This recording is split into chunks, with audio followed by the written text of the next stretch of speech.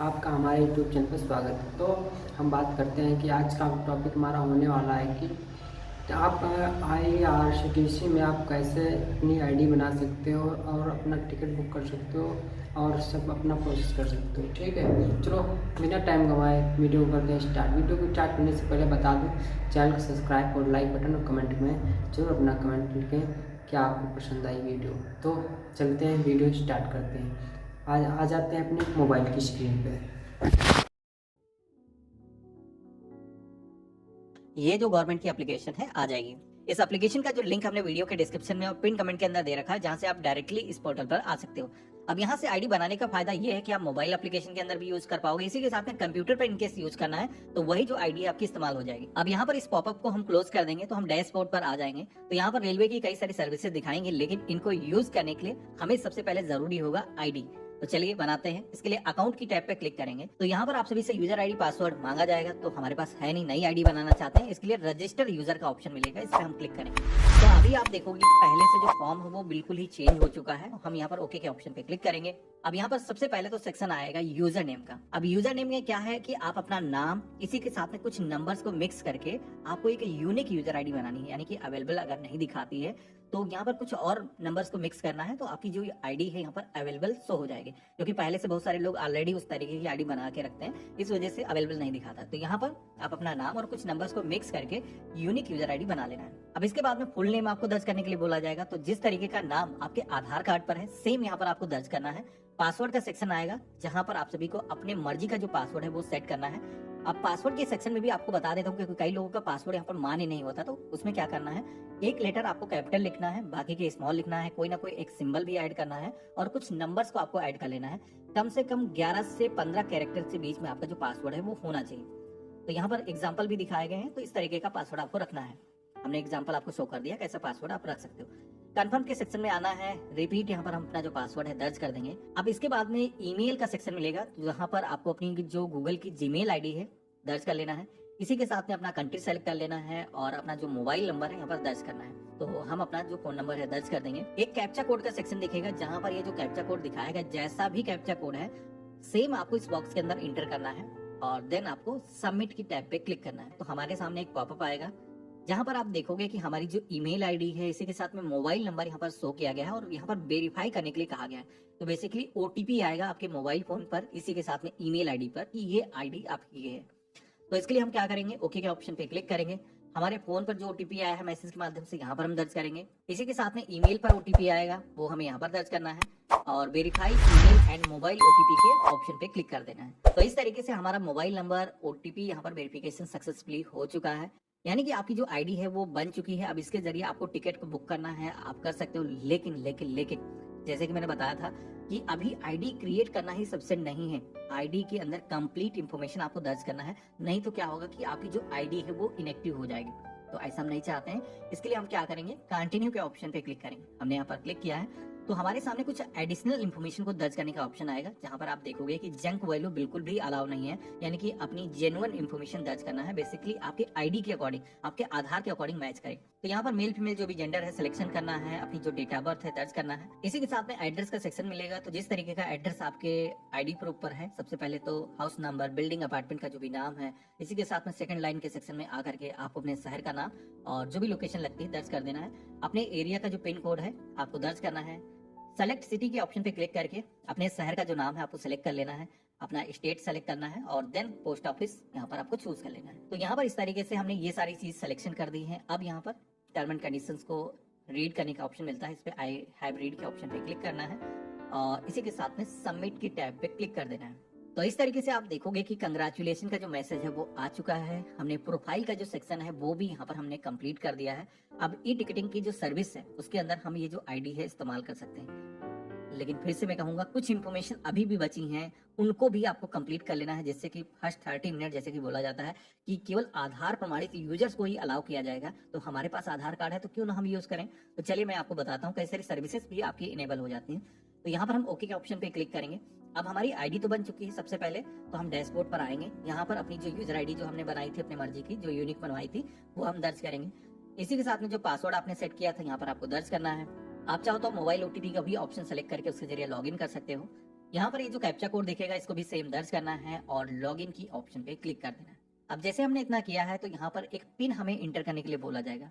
अब पिन अभी क्या है कि आपको सेट करना है, यानी कि 4 डिजिट का एक पिन हम बना लेंगे और ये पिन बनाना बहुत ही जरूरी है। कई बार क्या होता है कि जब हम तत्काल टिकट बुक करते हैं तो हम लॉग आउट कर जाते हैं, बार बार पासवर्ड इंटर करने में देर लगती है।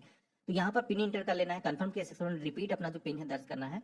इसी के साथ में बायोमेट्रिक ऑथेंटिकेशन का एक ऑप्शन मिलेगा, ये जो ऑप्शन है इसे भी जरूर आपको इनेबल कर देना है। इससे होता ये है कि जब भी आप टिकट को बुक करोगे तो आपके फोन के अंदर जैसे कि फिंगरप्रिंट है, फेस ऑथेंटिकेशन है, तो इसके जरिए भी आप लॉगिन कर पाओगे। और खास करके इसके अंदर लॉग आउट करने का बड़ी परेशानी है। हालांकि इंडियन रेलवे की एक नई एप्लीकेशन आ रही है, लेकिन उसके अंदर क्या है, कुछ सर्विसेज अभी सही तरीके से काम नहीं करती, तो अभी आपको इसी को यूज करना है। फ्यूचर के अंदर वहां पर भी इसी आईडी को यूज कर पाओगे। तो हम क्या करेंगे, यहाँ पर अपना जो पिन है वो दर्ज कर लेंगे, लॉगिन की टैब पे क्लिक करेंगे तो अब आप देखोगे कि हमारी जो आईडी है वो क्रिएट भी हो चुकी है, पिन भी हमने सेट कर लिया है। अब यहाँ पर जो रेड मैसेज यहाँ पर जैसे कि दिखाया जा रहा है, 12 अक्टूबर के बाद में आधार ऑथेंटिकेशन मैंडेटरी हो गया है, जो रिजर्व टिकट होती है उनको बुक करने के लिए या फिर एडवांस टिकट आप बुक करते हो उनके लिए। तो हम क्या करेंगे, अकाउंट की टैब पे क्लिक करेंगे तो यहाँ पर आपकी जो प्रोफाइल है वो शो हो जाएगी, जिसमें एक ऑप्शन दिखेगा ऑथेंटिकेट यूजर का। तो हमें अपना जो आधार कार्ड है इसके साथ में जोड़ना है, तो हम इसी ऑप्शन पे क्लिक करेंगे। ऑथेंटिकेशन टाइप के सेक्शन पे क्लिक करोगे तो यहाँ पर पैन वाला ऑप्शन दिखेगा, आधार वाला दिखेगा। ऑथेंटिकेशन करने के लिए आधार कार्ड वाला जो ऑप्शन है इसे ही आपको सेलेक्ट करना है। इसके बाद में आधार नंबर को दर्ज करने का ऑप्शन आएगा, आई कंफर्म दैट के ऑप्शन पे क्लिक करना है और सेंड ओटीपी के ऑप्शन पे क्लिक करना है। तो हमारे आधार कार्ड से जो भी मोबाइल नंबर लिंक होगा उसको वेरीफाई करने के लिए यहाँ पर एक ओटीपी आएगा आपके फोन पर, जो कि यहाँ पर आपको दर्ज करना है। लेकिन ये जो ऑथेंटिकेशन है जब भी आप कर रहे हो तो ध्यान रखना है कि आपकी जो डेट ऑफ बर्थ है जो अभी शो कर रही थी वो आधार के अकॉर्डिंग सेम होनी चाहिए। अगर आपने गलत दर्ज कर दी है तो प्रोफाइल के सेक्शन में जा करके आप एडिट कर सकते हो। इसीलिए मैंने आपको बताया था कि सही इन्फॉर्मेशन आपको दर्ज करना है, जिससे कि आपका जो ऑथेंटिकेशन है वो हो पाए। तो मेरे केस में ओटीपी आ चुका है मेरे फोन पर, यहाँ पर हम दर्ज करेंगे और अपडेट के ऑप्शन पे क्लिक करेंगे। तो इस तरीके से ओटीपी से जो ऑथेंटिकेशन है वो हो चुका है। यहाँ पर हमारी जो केवाईसी है वो भी सक्सेसफुली कंप्लीट हो चुकी है। अब यहाँ पर जो 30 मिनट का जो लिमिट बताया जा रहा था कि पहले 30 मिनट केवल उन्हीं लोगों को अलाउ किया जाएगा जो आधार से ऑथेंटिकेशन कर रखे होंगे, तो हमारी जो आईडी है उसके अकॉर्डिंग हमारी एप्लीकेबल हो चुकी है, हम इसके जरिए टिकट बुक कर सकते हैं। इसी के साथ में आपकी जो आईडी है जब भी आप आधार से ऑथेंटिकेशन कर लेते हो तो इसके अंदर कुछ और भी सर्विसेज आपको मिल जाती हैं, जैसे कि ई वॉलेट की जो फैसिलिटी वो आपको मिल जाती है, यानी कि आईआरसीटीसी का जो वॉलेट है उसका भी इस्तेमाल कर सकते हो। बेसिकली पहले से फंड को ऐड करके रख सकते हो कि पेमेंट करने में जो टाइम लगता है वो ना लगे। हालांकि आज के डेट में यूपीआई के जरिए भी पेमेंट जल्दी से हो जाता है, तो आप चाहो तो उसका भी इस्तेमाल कर सकते हो। इसके अलावा आधार जोड़ने से एक बेनिफिट और भी मिलता है कि पहले आप केवल 12 पीएनआर एक महीने के अंदर निकाल पाते थे, लेकिन अभी आप 24 टिकट इस आईडी के जरिए एक महीने के अंदर बुक कर सकते हो, तो काफी अच्छी बात है। आप देखोगे कि आधार ऑथेंटिकेशन के ऑप्शन पे अगर हम दोबारा से क्लिक करेंगे तो यहाँ पर ऑथेंटिकेशन हमारा सक्सेसफुली हो चुका है। तो इस तरीके से आईडी आपकी बन जाएगी। आईडी को मैंने पूरी तरीके से जैसे कि जो भी कंप्लायंस थे उसके अकॉर्डिंग एक्टिवेट करा दिया है। अब इसके अलावा जैसे कि अगर आप टिकट को बुक कर रहे हो तो आज की डेट में पैसेंजर जो भी हैं, आपके परिवार के जो भी सदस्य हैं, उनको साथ में अगर यात्रा कर रहे हैं तो उनको भी पहले से आपको ऐड कर लेना चाहिए, उनके भी नाम आपको आधार के जरिए वेरीफाई कर लेना चाहिए। तो वो करने के लिए यहाँ पर ऑप्शन मिलता है माई मास्टर लिस्ट का। अगर आप इस ऑप्शन पे आओगे तो जो भी पैसेंजर हैं, जिन जो भी साथ में यात्रा करने वाले हैं, क्योंकि तत्काल टिकट जब आप बुक करते हो तो आपको पैसेंजर को ऐड करने में काफी टाइम लगता है।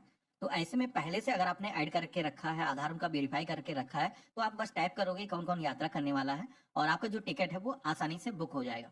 तो जैसे कि मेरा जो नाम है वो पहले से यहाँ पर दिख रहा है, क्योंकि हमारा जो वेरिफिकेशन है वो हो चुका है। अब यहाँ पर नए नाम ऐड करने के लिए ऐड पैसेंजर के ऑप्शन पे क्लिक करेंगे। यहाँ पर नाम दर्ज करना है, डेट ऑफ बर्थ सिलेक्शन करना है, मेल फीमेल जो भी जेंडर है सिलेक्शन करना है, बर्थ प्रेफरेंस देना चाहते हो, अगर कोई सीनियर सिटीजन है, ओल्ड है, तो आप यहाँ पर बता सकते हो कि हाँ उनको लोअर बर्थ चाहिए, तो इस तरीके से सेलेक्ट कर सकते हो। मेल प्रेफरेंस क्या रहेगा, वेज नॉन वेज यहाँ पर बता सकते हो। आईडी कार्ड टाइप क्या है, आईडी जहाँ पर भी मांगी जाती है तो आधार ही हमें सेलेक्ट करना है। इसके बाद में हमें अपना जो आधार नंबर है यहाँ पर दर्ज करना है और ऐड पैसेंजर के ऑप्शन पे क्लिक कर देना है। तो इस तरीके से आप देखोगे कि एक जो पैसेंजर हैं वो सफलतापूर्वक ऐड हो चुके हैं, और जिस तरीके से मेरा जो आधार वेरिफिकेशन है हो चुका था, इसी तरीके से इनका भी वेरिफिकेशन हो चुका है। यानी कि परिवार का जो मेन आदमी है उसके आधार से इसका ओटीपी आएगा, वेरिफिकेशन होगा, बाकी लोगों के नाम ऐड करने के लिए कोई भी ओटीपी नहीं आता है। तो इस तरीके से आप पहले से ऐड करके रख सकते हो। अब अगर आपको टिकट को बुक करना है तो कैसे बुक करना बता देता हूँ। तो ट्रेन की टैब पे क्लिक करना है। यहाँ पर टिकट को बुक करने के लिए जिस भी स्टेशन से आप यात्रा करने वाले हो, फ्रॉम के सेक्शन में सेलेक्ट करना है। जिस स्टेशन के लिए आप जाने वाले हो आपको यहाँ पर 2 के सेक्शन में सेलेक्ट करना है। जिस क्लास की आपको टिकट बुक करना है, जैसे कि आप स्लीपर बुक कर रहे हो तो यहाँ पर आप सेलेक्ट कर सकते हो। इसी के साथ में डेट क्या रहेगी, डेट आपको चूज करना है।